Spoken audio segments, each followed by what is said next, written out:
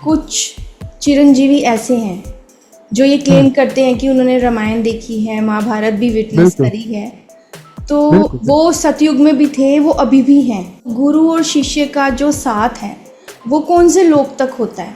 से है जो समाधि में चले जाते हैं, मतलब क्या इनका धरती के मनुष्य का अपने देह से कनेक्शन टेम्पररी कटा है, लेकिन वो उनकी साधना ऊपर तप लोक में चल रही है। कुछ धर्म के लोग कहते हैं रीबर्थ नहीं है। हमारे स्पिरिचुअल पॉडकास्ट में आज हम रूबरू होंगे गुजरात के महान साक्षात्कारी संत बापू दशरथ भाई पटेल जी के कृपा पात्र सुपुत्र श्री अनंत भाई पटेल जी से। श्री अनंत जी लाखों साधकों का अध्यात्म में मार्गदर्शन कर रहे हैं। इन्होंने अपना successful career as a lawyer and income tax consultant त्याग कर पूर्ण जीवन स्पिरिचुअलिटी को अर्पित कर दिया। इन्होंने अपनी धर्मपत्नी साक्षी पटेल जी के साथ मिलकर लाइफ इन मल्टीवर्स नामक पुस्तक लिखी है, जिसमें multiverse, black hole, time, space and speed के बीच संबंध, डार्क मैटर, गॉड पार्टिकल आदि विषयों का ज्ञान है। आइए हम इनका स्वागत करते हैं। Anand ji, welcome to a sense of spirituality. बहुत बहुत धन्यवाद जी, thank you so much for inviting me. परम शांति। परम शांति, परम शांति। जी, हमने यूनिवर्स के बारे में साइंस में तो पढ़ा है, हमें किताबी जी ज्ञान तो है, बट हम आपसे जानना चाहते हैं आपके प्रैक्टिकल एक्सपीरियंसेस के बेस्ड पे कि यूनिवर्स और मल्टीवर्स क्या है। ओके। तो देखिए, ये जितना भी अभी हम बात करने वाले हैं, ये अगर साइंस के हिसाब से देखें तो साइंस ने भी अभी एक यूनिवर्स से बाहर का नजारा देखा नहीं, और अभी भी वो देख रहे हैं कि यूनिवर्स को वो एक्सपांड होते हुए देख रहे हैं, मतलब अपने कैमरे से हर दिन एक नया आयाम देख रहे हैं, अपने एक नए लेवल को देख रहे हैं। तो विजिबल यूनिवर्स जो है अभी वहां तक जो है पहुंचा नहीं है साइंस, अभी प्रैक्टिकली वहां तक पहुंचने में उनको थोड़ा और वक्त लगेगा। मतलब एक यूनिवर्स के बाहर जो दूसरा यूनिवर्स है वो अभी उन्होंने देखा नहीं है। जी। हाँ, ये है कि उन्होंने अनंत अनंत गैलेक्सियां देखी हैं, अनंत अनंत सोलर सिस्टम जैसी बहुत सारे ग्रह उपग्रह बहुत कुछ देखा है। और जिस मल्टीवर्स की हम बात कर रहे हैं, तो अभी साइंस उसको एक थियरी के हिसाब से समझता है कि हाँ, मल्टीवर्स हो सकता है। पर आध्यात्म में ये जो ज्ञान है, वेदों शास्त्रों में ऑलरेडी अनंत अनंत ब्रह्मांडों की बात की गई है। अब साइंस में जो अनंत ब्रह्मांडों की बात है और साइंस जो समझ रहा है, उसमें एक अंतर है। हमारे बापूजी ने जो ज्ञान दिया उस हिसाब से हमारा एक सोलर सिस्टम एक ब्रह्मांड है, ठीक है। जी। और जो साइंस समझता है ब्रह्मांड मतलब एक यूनिवर्स, जैसे अगर इसका इंग्लिश करेंगे तो ब्रह्मांड मतलब यूनिवर्स होता है। पर जी। ऐसे अनंत अनंत ब्रह्मांड है। तो जैसे बापूजी समझाते कि एक गैलेक्सी के अंदर ऐसे अनंत अनंत ब्रह्मांड है, तो गैलेक्सी है महाब्रह्मांड, और यूनिवर्स जो है परम महाब्रह्मांड, और मल्टीवर्स जो है वो परम परम महाब्रह्मांड है। जी। तो ये अध्यात्म की भाषा में बापूजी ने सरल तरीके से समझाने के लिए आपको ये बताया कि ब्रह्मांड, महाब्रह्मांड, परम महाब्रह्मांड और आगे मल्टीवर्स परम परम महाब्रह्मांड है, राइट। तो ये अनंत दुनिया है, राइट। जो हमारे विजिबल आंखों से दिख रहा है वो बहुत छोटे लेवल का है। जी। और ये जो छोटी छोटी, जैसे आपने गूगल में कभी सर्च किया हो, यूट्यूब में देखा हो, पेल ब्लू डॉट, राइट।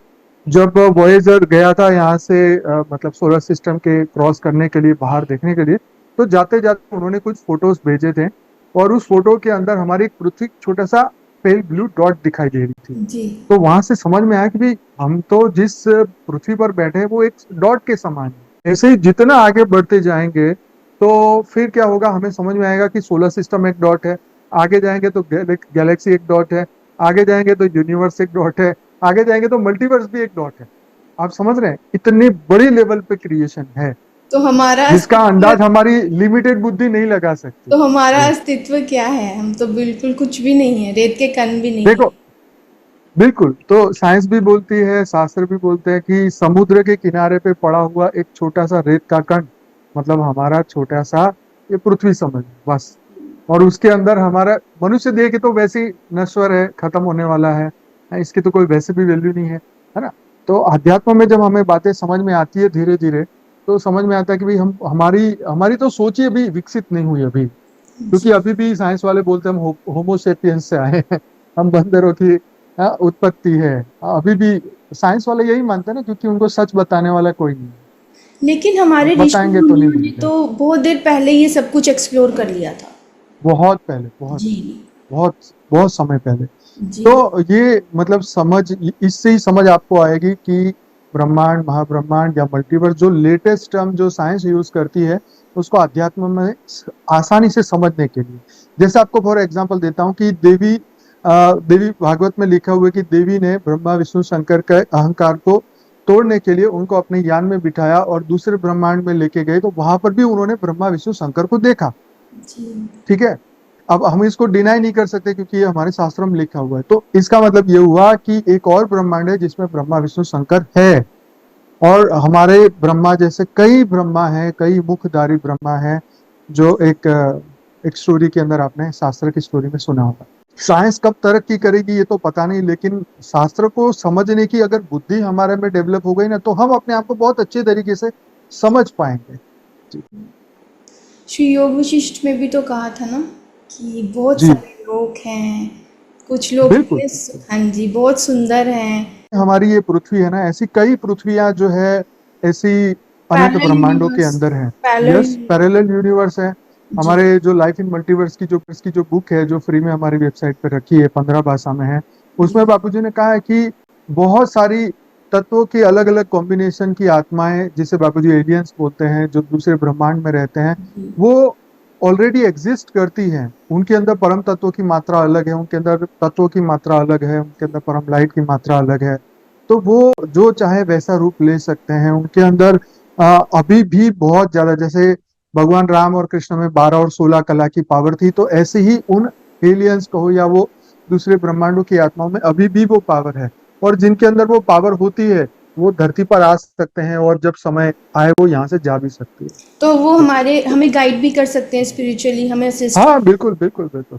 हाँ, अच्छा। विदेश में तो हम आए दिन देखते हैं ना कि हमें स्पिरिचुअल वो गाइड ने ये बताया, ये बताया। विदेश वाले तो मानते ही हैं। भारत जी। में थोड़ा मानना मुश्किल है लोगों के लिए, पर विदेश वाले तो मानते ही हैं कि एंजल्स गाइड है, ये गाइड है, वो गाइड है। तो नहीं, भारत सूक्ष्म में जगत भी। तो पूरा है। जी, भारत में भी जैसे महाअवतार बाबा जी के बारे में कुछ लोग दावा जी करते हैं कि महाअवतार बाबा जी उन्हें दर्शन देते हैं, उन्हें गाइड करते हैं, बिल्कुल। स्पिरिचुअली असिस्ट करते मैं हैं। मानता हूँ इस बात को, बिल्कुल मानता हूँ। जी। सच है। जी। और देखो बापू जी हमेशा बोलते हैं कि सूक्ष्म जगत ही स्थूल जगत को चलाता है। जी। हाँ, अगर स्थूल स्थूल जगत है तो उसका कारण पहले सूक्ष्म में है। आज जो भी हम धरती पे इतनी बढ़िया चीजें देख रही है, वो सब कुछ स्वर्ग से ही आया है। स्वर्ग के ही डिजाइन, स्वर्ग के ही महल, स्वर्ग के ही नदियां, पहाड़, सब कुछ वहीं से ही रेप्लिका होके धरती लोक बन गए। तो जितना सूक्ष्म में है इतना स्थूल में है। जी। बापूजी कहते हैं कि सबसे ऊपर जो स्थान है वो हम्म, परम धाम का स्थान है। बिल्कुल आप बिल्कुल। बताएंगे कि परम धाम कैसा है? तो देखिए, पहले परम धाम को समझने से पहले हमें ये समझना होगा कि हम जिस पृथ्वी पर हैं, ये हमारा एक ब्रह्मांड है, और ब्रह्मांड में 14 लोक होते हैं। जी। और 14 लोक में पृथ्वी मतलब एक भूलोक है। उसके ऊपर भूवर लोक, स्वर्लोक, जनलोक, तपलोक, हाँ, ऊपर ब्रह्मापुरी, विष्णुपुरी, शिवपुरी और परम धाम। जी। तो ये जो 7 लोक ऊपर है, और नीचे तल, तलातल, रसातल, और ऐसे 7 पाताल है। जी। तो ये ब्रह्मांड, हमारी पृथ्वी जो सेंटर में है, उसके ऊपर के लेयर्स में, जैसे यहाँ धरती लोक पे मनुष्य है, तो उन्हीं की आत्माएं जब धरती पर उनका कार्य पूरा होता है, अच्छे कर्म को भोगने का समय आता है, तो वो तीसरे लोक में जाती है और स्वर्ग का सुख भोगती है। और जब उनका कर्म बंधन वो समय पूरा होता है, तो वापस धरती पे उनको भेज दिया जाता है। जी। तो ये पूरा एक सिस्टमेटिक तरीके से ये पूरा ब्रह्मांड चलता था। तो वो जो परम धाम है, ये शिवपुरी से भी ऊपर है, वैकुंठ से भी ऊपर है, सबसे। गोलोक से भी ऊपर है, साकेत लोक से भी ऊपर है। तो इस लोकों में आत्माएं रहती हैं, सूक्ष्म जगत की आत्माएं रहती हैं, और समय आने पे धरती पे आती है, और समय आने पे वापस धरती से ऊपर भी चली जाती है। तो बात थी परम धाम की, तो परम धाम प्योर व्हाइट लाइट, परम प्रकाश का है, और वहां परम शांति ही परम शांति है। इसलिए बापूजी ने ये शब्द दिया कि जहां पर परम धाम है वहां परम शांति है। और वही परम शांति शब्द को आप बार बार याद करोगे, तो आपके अंदर वो परम शांति क्रिएट होगी। आपको वो खुद क्रिएट करना पड़ेगा। जैसे जी। हम आपको अपने आप को शांत करने के लिए क्या बोलते हैं, मैं शांत हूं, मैं शांत हूं, मैं शांत हूं, राइट। तो ऐसे ही मैं परम शांत अवस्था में हूँ, परम शांत अवस्था में, परम शांति में हूँ। ऐसा हम सोचेंगे तो हम ऐसा महसूस करें, और रियलिटी हमें पता चले कि हाँ, पहले हमारे मन की अवस्था ये थी और जैसे ये किया तो मन की अवस्था चेंज हो गई। तो परम धाम में परम शांति है, परम प्रकाश है, वहां आत्माएं एकदम परम शांति की अवस्था। जिनको जीवन और मृत्यु के चक्र में नहीं आना, वो आत्माएं धीरे धीरे तपस्या करके कर्म बंधन पूरे करके परम धाम में जाती रहती है। तो वहाँ पे मोक्ष प्राप्ति हो जाती है। मोक्ष मतलब जब इच्छाएं, कामनाएं, वासनाएं जब धरती लोक की समाप्त हो जाती है, ऊपर के लोक की भी समाप्त हो जाती है, तो आपको ऊपर के लोक में धीरे धीरे शिफ्ट कर दिया जाता है कि भाई आप यहाँ के आत्मा नहीं हो, आप ऊपर की हो। जैसे भगवान विष्णु को याद करते हैं तो वैकुंठ चले जाते हैं, लेकिन वहां पर भी अगर धरती लोक से ज्ञान लेके गए कि मुझे परम धाम में परम शांति प्राप्त करनी है, पर ब्रह्म परमात्मा जो भगवान शिव निराकार रूप में परम धाम में रहते हैं वहां जाना है, अगर वो संकल्प आत्मा यहाँ से लेके ऊपर तक रखती है तो धीरे धीरे वो परम धाम में जाती है। तो वहां पे सब परम शांति में रहते हैं, वहां पे कोई कर्म बंधन नहीं। जी। तो एक साधक की कितनी साधना होनी चाहिए कि वो परम धाम तक पहुंच सके? देखिए ऐसा है ना कि साधना तो होनी ही चाहिए, संकल्प होना चाहिए, उसका लक्ष्य होना चाहिए, गोल होना चाहिए परम धाम जाने का। और उसके लिए उसको उसका तपस्या मतलब उसके इस संकल्प को उसको पक्का करना पड़ेगा, राइट। उसको अपने आप को हर दिन एक ही संकल्प पे काम करना है। जैसे आप बचपन से ही बच्चे को सिखाते हैं बड़े होके आईएएस, आईपीएस, डॉक्टर, वकील, इंजीनियर सब बनना है, तो कितना 25-25 साल तक वो बेचारा पढ़ाई करता है, अलग अलग स्टैंडर्ड कॉलेज, जी। कितनी सुबह शाम मेहनत करता है। तो एटलीस्ट पूरी जिंदगी अगर हम इस संकल्प पे रह के अपना मन, वचन, और कर्म शुद्ध करे, अंतःकरण शुद्ध करे, मन को शुद्ध करे, कर्म बंधन में कम आए, परम शांति की अवस्था में रहे, तो अंत मते सो गति, मृत्यु के समय पे हम जो संकल्प करेंगे वही होगा। तो ये कोई एक दो घंटे की साधना नहीं है, तो पूरे जीवन की साधना है। कई लोगों को कई जन्म लेने पड़ते हैं। क्यों? क्योंकि मृत्यु के समय पे फिर इच्छाएं, वासनाएं आ गई कि नहीं नहीं अभी तो ये काम रह गया है, अगला जन्म फिर ले लेते हैं उस इच्छा को पूरा करने के लिए।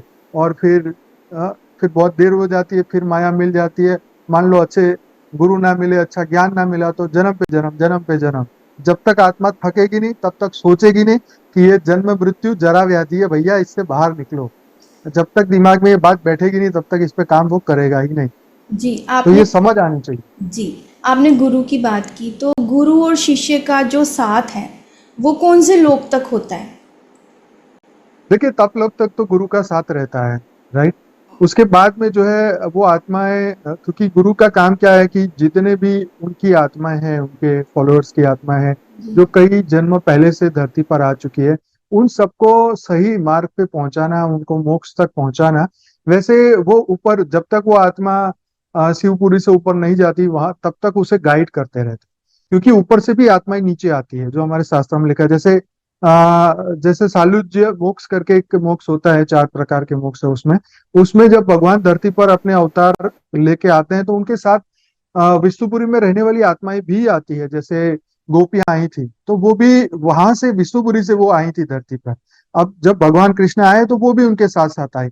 जब उनका कर्म बंधन पूरा होते है तो फिर वो वापिस चली जाती है। लेकिन मतलब उनको भी गाइडलाइन की जरूरत रहती है, क्योंकि ऊपर से वो नीचे आती है, फिर हो सकता है वो माया में फंस जाए, तो फिर वापिस जाने के लिए वो भी तड़पती है आत्माएं कि कहाँ हम फंस गए। इतने सीधे सारे प्योर आत्माएं आज दुनिया में देख रहे हैं ना, कितनी अच्छी आत्माएं सब, मतलब सीधी आत्मा ज्यादा दुखी है। क्यों? क्योंकि वो किसी का बुरा नहीं कर सकती, वो शुद्ध आत्मा है, लेकिन वो ज्ञान जागृत नहीं हुआ, अभी भी वो मोह में है, ये वो मतलब ऐसे मोह में है, इसलिए वो अपने आप को मुक्त नहीं कर पाते, इसलिए गुरु फिर मदद करता है। लेकिन जब ऐसी आत्माएं नीचे आती हैं तो उनका भी सारा इरेज हो गया होता है कि मेमोरी की मैं कहाँ से। हाँ, मनुष्य बने मतलब जीरो। भगवान राम देखो, रूल है। हाँ, पर ब्रह्म अवतार, अरे कोई भी अवतार आ गए तो अगर मनुष्य रूप ले लिया तो भाई समझो गए। हाँ, भगवान राम खुद पत्थरों से, पहाड़ों से, पेड़ों से पूछ रहे कि मेरी सीता देखिए तुमने, कहाँ है वो, हाँ मुझे मदद करो। देखो ये एक मनुष्य की एक व्यवस्था है, हाँ आप समझो। और ये व्यवस्था भगवान कृष्ण के साथ भी रही कि वो भी बेचारे कितने तंग हुए, मतलब बचपन जन्म लेते ही सब असुर पीछे पड़ गए। सोचो, हमारे तो पीछे कोई पड़ा नहीं अभी तक, हाँ? लेकिन भगवान के पीछे इतने हाथ धोके पीछे पड़ गए और कितनी तो गालियां दी, कितने तो भगवान होते हुए सबसे ज्यादा दुखी तो वो हुए, हुआ कि नहीं? तो लेकिन उनको ज्ञान था इसलिए वो अपने परम आनंद में रहते थे, और हमें ज्ञान नहीं है इसलिए हम दुखी हो जाते हैं। छोटा सा दुख आया तो भी दुखी हो जाते हैं। तो कृष्ण भगवान की जो माया है वो ज्ञान, उन्होंने कहा ना मैं जो चाहूं मैं कर सकता हूँ, जो संकल्प करूँ वो हो सकता है, फिर भी मैं अपना कर्म कर। तो हमें भी ऐसे ही कर्म करना है जब तक हम अपने मंजिल पे नहीं पहुंचते तब तक। जी, निष्काम कर्म करना है, फल की चिंता नहीं बिल्कुल करनी। जी। बिल्कुल बिल्कुल। जी। तो बापूजी ने ये सब देखा, हमें बताया यूनिवर्स मल्टीवर्स के बारे में। तो बापूजी ने ये सब कुछ कैसे देखा? अपनी थर्ड आई से देखा बैठे बैठे, या फिर वो एस्ट्रल ट्रैवल करके गए? देखिए बापूजी ने बहुत तपस्या की है, हमारे सामने की है तपस्या। जी। हर दिन वो हर दिन वो इतनी तपस्या करते हैं, बस खाने के लिए 2 टाइम रूम से बाहर निकलते हैं, बाकी रूम अपनी कुंडी लगा के और अपने पूरे दिन वो तपस्या करते हैं। तो धीरे धीरे, इतना ज्ञान उनमें पहले नहीं था, उनको धीरे धीरे ये ज्ञान प्राप्त हुआ है जैसे जैसे आगे बढ़ते गए। मतलब हम उनको ऐसे नॉर्मल जाके मिल नहीं सकते, बात नहीं कर सकते हैं, क्योंकि उनकी बहुत सारी रिस्ट्रिक्शन थी। ऐसे कोई भी रिलेटिव उनको मिल नहीं सकते। मतलब इस तरीके से उन्होंने अपने समय को सही उपयोग किया, और तपस्या के बाद में उनको ये दिव्य दृष्टि मिली, या आप थर्ड आई कहो, चाहे उन्होंने एस्ट्रल ट्रैवलिंग किया वो कहो, लेकिन उन्होंने ये धीरे धीरे अपने अंदर ब्रह्मांड, महाब्रह्मांड, यूनिवर्स, मल्टीवर्स सब कुछ उन्होंने देखा, और फिर धीरे धीरे हमें समझाना शुरू। आज से 20-25 साल पहले जब हमें समझाते थे यूनिवर्स के बारे में, तो हमें मजाक लगता था, ऐसा थोड़ी ना हो सकता है, आप जो बोलते हो ऐसा थोड़ी ना होता है। लेकिन जब साइंस डेवलप हुई तो हमें थोड़ा एक हिम्मत आई कि हाँ, ये जो बोल रहे हैं ये बात सच है, वो बहुत क्योंकि हम वो एक बहुत लॉजिक दुनिया डेप्थ्स में में रहते हैं। वो बहुत डेप्थ में हाँ बहुत सिखाते थे, डेप्थ। वाइट बोर्ड पे ड्रॉ हाँ करते थे हाँ, प्रॉपरली। यस यस और यस, फिर मुझे लगता बिल्कुल था इनको इतनी नॉलेज कैसे आ गई है, कैसे पता चलता है बिल्कुल इनको बिल्कुल। इतना। हम 2005 के वो वीडियो हैं जो यूट्यूब में रखे हैं। हाँ जी, हाँ जी। मैं उनको पूछता हूँ, तो ये सब कुछ अपने सूक्ष्म, क्या बोलते हैं, एक संकल्प के साथ वो यात्रा करते हैं। संकल्प रूपी शरीर बनता है। अभी आप उसको सूक्ष्म शरीर कहो या कारण शरीर कहो, या क्योंकि सब अभी तो इतना मिक्स हो चुका है ना अभी हमारे धर्म के अंदर, कि सबने अपनी अपनी दिमाग से उसको दे दिया। तो astral travel is beyond time and space, इसके बारे में आप क्या कहेंगे? हाँ, ये बात सच है कि जब बापूजी ऊपर जाते हैं तो उनको समय का पता नहीं रहता है, कि मतलब कितना समय निकल जाता है, क्योंकि जितनी ऊपर जाओगे वहां का समय अलग है। जैसे रेवती का भी एक उदाहरण है कि उनके पिता तो वो ब्रह्मापुरी गए कि भाई इनके लायक कोई वर नहीं है। तो जब वो उन्होंने कहा कि भाई तुम ऊपर आए हो तब तक तो नीचे युग बीत चुका है, लेकिन आगे जो है बलराम जी आने वाले हैं, उनके साथ इनकी शादी। तो ये ऐसा ही है कि अगर हम इस ब्रह्मांड के ऊपर के लोक में भी जाएंगे अगर आत्मा, तो नीचे आने में टाइम, धरती का टाइम अलग है, स्वर्ग का टाइम अलग है, ऊपर का टाइम अलग है। जैसे देवताओं का एक दिन है तो यहाँ 1 साल है, 365 दिन है मनुष्य के। तो ऐसे शास्त्रों में लिखी हुई बात है। तो इसीलिए जितने ऊपर जाएंगे, आज आप देखो स्पेस में जो 500-700 किलोमीटर ऊपर भी रहते हैं, उनका और धरती के टाइम में भी एक एक सेकंड का कुछ गैप है। वो जो हाँ? एस्ट्रोनॉट्स होते तो हैं। हाँ, जी। एस्ट्रोनॉट्स होते हैं। जी। और मंगल पे भी जो यान गया है उसका और यहाँ का भी टाइम का, ऑब्वियसली पृथ्वी के अमेरिका में भी अगर टाइम का फेयर है तो ऊपर भी तो है ही ना फर्क। कहते हैं कि भाई जो हमारे एंड्रोमेडा गैलेक्सी है, जो हमारी गैलेक्सी से दूसरी गैलेक्सी नजदीक की 25 लाख प्रकाश वर्ष दूर है, आई थिंक यही फिगर होगा शायद। तो मतलब वहाँ, अगर वहां पे अगर हमें जाना हो, हमारी मिल्की वे गैलेक्सी को भी क्रॉस करना हो, तो धरती के 3 लाख साल चाहिए। 3 लाख साल। तो हम यहाँ से यान लेके अपना मिल्की वे गैलेक्सी को क्रॉस कर पाए, 3 लाख साल भी बहुत कम कह रहे हैं, इससे भी ज्यादा चाहिए। क्योंकि हमारे पास प्रकाश की गति का वाहन हो तो, अभी तो है ही नहीं वो। मतलब आप समझ लीजिए कि एक गैलेक्सी को हम नहीं क्रॉस कर पाएंगे तो ये मल्टीवर्स तक तो इस फिजिकल बॉडी के साथ नहीं जा सकते। वहां सिर्फ आत्मा ही जा सकती है, और आत्मा भी जो हाई कला की पावर वाली है वो ही जा सकती है, राइट। और जो इस धरती की है, जो इस ब्रह्मांड की आत्मा है, वो तो बेचारी वहां तक भी नहीं जाएगी, क्योंकि उसकी आत्मा में वो पावर ही नहीं है। तो अभी जितने भी मनुष्य है धरती पर, वो कोई 2 कला का है, कोई 1 कला का है, ज्यादातर 0 कला के हो गए, क्योंकि बार बार 84 लाख योनि में धक्के खा खा के बुद्धि उनकी जानवर जैसी हो गई। जी। इसलिए उनको ये बात समझ में आएगी ही नहीं। लेकिन अभी भी कुछ आत्माएं ऐसी है, जैसे बापूजी ने हमारे लास्ट वीडियो में कहा, कोई 200 कला की पावर वाली है, कोई 100 कला की है, कोई 20 कला की, कोई 40 कला की है। वो भी है, वो बहुत एक्टिव है। और हो सकता है वो कोई भी धर्म में हो, जरूरी नहीं सनातन धर्म में हो, कोई भी धर्म में हो, लेकिन वो वापिस जाने का मार्ग ढूंढ रही है। जैसे स्पेस एक्स के जो मालिक है वो कह रहे हैं कि हमें मंगल पे जाना है, मंगल पे जाना है। तो बापूजी बोल रहे हैं कि 8,000 साल पहले वहां पे जीवन था, तो वो लोग वहां से आए, क्रिश्चियन लोग। तो सब जाना चाहते हैं। तो ये ब्रह्मांड क्यों छोड़ना चाहते हैं, क्यों पृथ्वी खाली करके जाना चाहते हैं? क्योंकि उनको पता है कि धरती के पास 100 साल से ज्यादा समय नहीं, इसलिए सब अपने अपने लोग अपने अपने ग्रहों पे अपने अपने गैलेक्सियों में वापस जाना चाहते हैं। जैसे वो पीके मूवी आई थी, उसमें आमिर खान एलियन था, वो बेचारा हाँ जाना जी। चाह रहा था, फिर एक सिग्नल मिला और यान आया, उसको ले गया। तो ये बात सच है, कोई झूठ नहीं। और जी। ये सोल जर्नी चलती रहती है आत्मा। जी।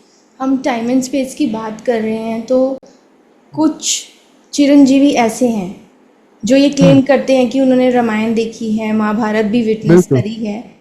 तो बिल्कुल वो बिल्कुल सतयुग में भी थे, वो अभी भी हैं। तो आपका बिल्कुल। क्या विचार है उनके बारे में? बिल्कुल, ये बिल्कुल सच है कि देखो, ये ब्रह्मा का दूसरा परार्थ है, पहला परार्थ पूरा हो चुका है और दूसरे परार्थ में 198 करोड़ साल बीत चुके हैं। और हमारे धरती पे, जैसे हमारा धरती पे 4 युग का जो समय है 43,43,20,000 ईयर का है। तो आप 198 डिवाइडेड बाय 43 लाख भी करेंगे तो आपको कितनी बार पता चलेगा कि सतयुग, त्रेता, द्वापर, कलयुग हो चुके हैं। तो कई आत्माएं जब प्रलय, अर्थ प्रलय, कल प्रलय का समय आता है तो उनको पहले से मैसेज मिल जाते हैं, तो वो ऊपर के ब्रह्मांडों में चली जाती है या ऊपर के लोक में चली जाती है। तो जब धरती पे प्रलय का समय आता है तो जो तीसरे लोक से भी ऊपर चला जाता है, तो वो आत्माएं बच जाती है, तो वो आत्माएं फिर धरती पर आती है। तो फिर जब नया क्रिएशन शुरू होता है तो वो फिर धरती पे रामायण, महाभारत हो ये चीजें देखते हैं। जैसे काकभूषण भी थे, राइट? तो उन्होंने 16 बार रामायण या महाभारत उन्होंने देखी है, 12 बार रामायण या महाभारत देखी है। तो ये बिल्कुल सच है, ये जी। हमारे शास्त्रों में भी वर्णित है। जी। तो और चिरंजीवी भी जो है वो बार बार धरती पर आते हैं। मतलब धरती पे उनके बहुत कम जन्म होते हैं, कुछ पर्पज से होते हैं, बाकी सूक्ष्म फॉर्म में रहते हैं। बाकी ये 8-10 चिरंजीवी की बात नहीं है, तो ऐसे अनगिनत चिरंजीवी है। ये तो हम सनातन धर्म से उठाए कि कर्ण थे, ये थे, वो थे, जी। मतलब चिरंजीवी में। हाँ, लेकिन बाकी ऐसी बहुत रिलीजन के। सारी आत्माएं हैं। जी। हाँ, जी। बाकी रिलीजन की बात अगर कहें, क्योंकि हम लोग क्या है कि उनकी बातों को इसलिए नकार देते हैं कि ये तो फालतू लोग हैं। लेकिन अगर उनकी बातों में कुछ बात भी पकड़े ना, तो आप टैली कर सकते हैं कि जी। हाँ, इनकी बात ये सही है। क्योंकि सूक्ष्म जगत से ही ये सब आए हैं। चाहे 2000 साल से कोई धर्म आया या 3000 साल से आया या यहूदी पहले आए, लेकिन ये सभी जो है दूसरे वहां से आए हैं। अगर अगर शिव की रचना होती तो शिव को ही मानती ना। हाँ? शिव के सिवा किसको मानेंगे? अगर मेरे डीएनए में शिव ही शिव है तो जी। मैं फिर किसके पास जाऊं, मैं किसको मानूं? तो फिर वही है कि जो जिसकी रचना है वो उसी को फॉलो करती है। आजीवन नहीं, कई जन्मों तक उनको फॉलो करती है। और जो भटक जाती है आत्माएं, तो वो फिर अपना सत्य ढूंढते ढूंढते वापस ढूंढ लेती है और अपने, चाहे वो कोई भी धर्म में हो, लेकिन वो अपने परमात्मा को पहचान लेती कुछ धर्म के लोग कहते हैं रीबर्थ नहीं है। है। तो वो उनकी मान्यता ऐसी है, राइट? वो अपने लोगों को ये बताने के लिए कि भाई तुम अभी कर लो, आगे तुम्हें जन्म नहीं मिलेगा, वो इसलिए उनको प्रोत्साहन करते कि भाई अभी कर लो, जो मजे करने हैं वो भी कर लो, जो काम करना है वो भी कर लो, अगला जन्म नहीं है। और हमारे यहाँ पर यह है कि भाई तुम हमेशा अमर हो। हाँ, तुम शरीर कपड़े की तरह बदल रहे हो, जी। राइट? तो ये अवेयरनेस, और सच भी तो है। कितने मुसलमान या क्रिश्चियनों को हिप्नोटाइज करके उनके पूर्व जन्म देखे गए हैं, बताए गए हैं, यूट्यूब में वीडियो भरे हुए हैं। तो जी। बताइए। हाँ, अब तो पुनर्जन्म को तो हर धर्म मानता है, ऐसा तो है ही। चाहे बौद्ध हो, चाहे कोई भी हो, जैन हो, सब लोग क्रिश्चियनिटी। मानते हैं। क्रिश्चियनिटी है, सब मानते हैं। तो जब तक वो ऊपर मोक्ष नहीं मिलता तब तक तो जन्म होने ही वाला है, क्योंकि अज्ञान में मनुष्य है तो जन्म तो होंगे ही। क्योंकि अज्ञान है मतलब इच्छा, कामनाएं, वासनाएं है, और वो जी। रहेगी, तब तक जन्म होते ही रहेंगे। जी। विशेष जी ने भी बोला है कि मैंने 14 जी। लोकों में घूमा है, हाँ। लेकिन हाँ तो बिल्कुल। हाँ। मुझे सुख कहीं नहीं मिला। हे राम जी, मुझे हाँ कहीं हाँ हाँ, सुख नहीं मिला। लेकिन सच सुख बात है। सुख वहीं पे है जहाँ एक संत का मन हाँ, ठहरता है। तो संत का मन कहाँ ठहरता है? सच है। देखो, ऐसा है कि जो परम धाम में रह के परम शांति की अवस्था में जो रहते हैं, उनका ओरा इतना पावरफुल, इतना सुख शांति से भर जाता है। आप उनके ओरा में जाओ तो वही सुख शांति महसूस कर सकते हो। इसीलिए कहते हैं कि संत के साथ सत्संग में सुख मिलता है, उनके ओरा में, उनके सानिध्य में सुख मिलता है। क्यों? क्योंकि वो बुद्धि से ऊपर है? तो इसलिए कई साधु संत ऐसे दिव्य हैं जो बुद्धि से तीसरे चौथे लोक में रहते हैं। हाँ, और शरीर के साथ यहाँ पर है। तो इसलिए वो वहां भी देख सकते हैं, वो यहाँ भी देख सकते हैं, एक सेकंड में ऊपर भी, एक सेकंड में नीचे भी। तो वो ये इनकी तपस्या है। जो समाधि में चले जाते हैं मतलब क्या, इनका धरती के मनुष्य का अपने देह से कनेक्शन टेम्पररी कटा है, लेकिन वो उनकी साधना ऊपर तप लोक में चल रही है। ठीक है, वो है वहां, लेकिन शरीर में एज अ ह्यूमन कि भाई चलो कभी जरूरत किसी को पड़ गई तो गुफा खोल के किसी को हेल्प कर दिया, आत्मज्ञान दे दिया, ब्रह्म ज्ञान दे दिया। वो समय का इंतजार करते हैं कि भाई कोई मेरी भूला भटका मेरे लिए ढूंढ रहा हूं मुझे, तो मैं बैठा हूं यहाँ पर, इस गुफा में बैठा हूं, और हजारों साल तक खाए पिए बिना, क्योंकि कनेक्शन उनका ऊपर है, रियल में वो ऊपर है, सिर्फ बॉडी के साथ यहाँ है। और तो हमने कह दिया उसे समाधि, राइट। जी। तो हमने कहा समाधि, तो वो धरती, वो बुद्धि से यहाँ नहीं है, बुद्धि से मनुष्य यहाँ रह ही नहीं सकता, वो जी। ऊपर बुद्धि उसकी होती है, जी। उस लोक में उसके गुरु के साथ में, या वो पर ब्रह्म परमेश्वर से वो जुड़ जाता है, तो तो फिर वो समाधि में तो चलता है। फिर इसीलिए वो सुख की अनुभूति करता है, इसीलिए परम सुख अनुभव होता है, इसलिए लोगों को ये पता है कि हम इतने लोक में जाएंगे, क्योंकि हर लोक में इच्छा है। यहाँ माया है तो विष्णुपुरी में महामाया है, विष्णुपुरी में भगवान आपको अपना चतुर्भुज रूप दे देते हैं। आप समझिए, आप अभी 2 हाथ के 4 हाथ के हो जाएंगे, अरे वाह, भगवान ने मुझे अपना रूप दे दिया, तो मतलब वहां परम सुख है। ठीक है, विष्णुपुरी में परम सुख है? इसलिए वहां पर इच्छाएं भी है, इसलिए वहां से आत्मा आने का चांसेस है। हाँ, इसलिए जितने भी अवतार भी धरती पर हुए हैं, चाहे विष्णु के 24 या शिव जी के 28 अवतार, वो भी धरती पर ही है, कोई वापिस अपने गया नहीं हो, क्योंकि वो काम करके वापिस जा नहीं सकते, उनको वो ज्ञान नहीं होता है, देवताओं तो को भी जो आत्मज्ञान नहीं होता है। तो जो शिवपुरी में है वहां भी सुख है बहुत। शिवपुरी में भी सुख है, लेकिन अथाह सुख तो परम धाम में होता है, जहाँ परमात्मा का वो निराकारी रूप, जहाँ भावातीत हो जाते हैं। शिवपुरी में तो फिर भी आप एक भाव में होते हैं, शिव जी के भाव, तपस्या, हाँ जी, हाँ जी। तपस्या के भाव। हाँ जी। तो इसलिए हर एक में भाव तो है, विष्णुपुरी हो, शिवपुरी हो, ब्रह्मापुरी हो, तो एक परमात्मा की मतलब उनका एक रूप होता है वहां पर, इसीलिए वहां पे वो खुशी महसूस होती है। अगर जैसे कोई शिव भक्त है, उसने शिव जी की बहुत भक्ति करी है, ठीक है, तो वो अगर शिव तत्व के साथ कनेक्ट हो गया, मतलब वो शिवपुरी पहुंच गया। नहीं, अभी तो क्या, देखो शिव जी का एक आकारी रूप हिमालय पर भी है। जी, ठीक है, शंकर जैसे जी। कैलाश पर्वत कहते हैं। जी। तो अभी तो वो आत्माएं, क्योंकि आत्मज्ञान उनको प्राप्त नहीं हुआ है, तो वहां पे उनको सूक्ष्म, वहां में सूक्ष्म में ज्ञान दिया जाता है। तो पहले वो आकारी रूप में शिव जी के वहाँ मतलब जो ज्ञान गंज है उसमें वो आत्माएं रहती हैं, अपने आप को प्रिपेयर करती है, उनको ज्ञान दिया जाता है, फिर वो धीरे धीरे ऊपर के लोक में, तपलोक में जाती है, फिर वो शिवपुरी भी जाती है, जो उनका लक्ष्य है वो उसके हिसाब से जाती तो है, तपलोक में उनका तपस्या, मार्गदर्शन होता है, हाँ, तपलोक में तपस्या होता है। तपस्या करके फिर वो शिवपुरी हम्म, में जाते हैं, और तब उनका बिल्कुल उनका जो वो शिव तत्व से कनेक्ट होते हैं। बिल्कुल बिल्कुल। शिव तत्व, देखो तत्व हम इसलिए शब्द यूज करते हैं कि जो जो परमात्मा का जो रूप है, जो एनर्जी उनके अंदर है, जो वही, देखो अहम ब्रह्मास्मि शिवोहम सर्वोहम, क्यों कहा गया? तो वो इसीलिए क्योंकि हम भी वही है।